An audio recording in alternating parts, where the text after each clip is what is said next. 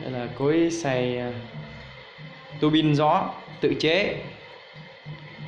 Công suất của tua bin này là 2 kW, 1 giờ đủ gió, xay với tốc độ là 200 vòng trên phút, sẽ sinh ra được là khoảng 2 kg điện DC nạp cho bình ắc quy.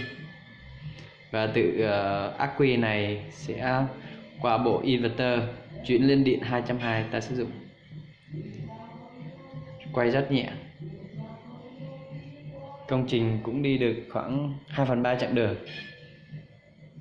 còn thiếu 500 gắn vào là ok.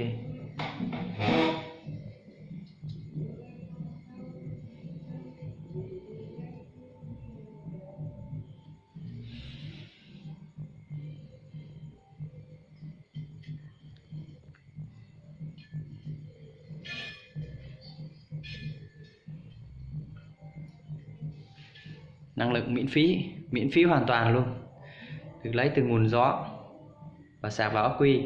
Ắc quy sẽ chuyển đổi sang điện 220 ta sử dụng. Tua bin gió tự chế này hoàn thiện nặng tới 48 kg, gần 50 kg.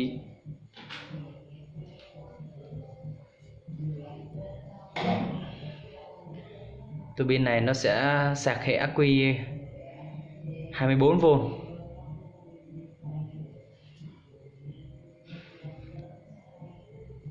điện miễn phí.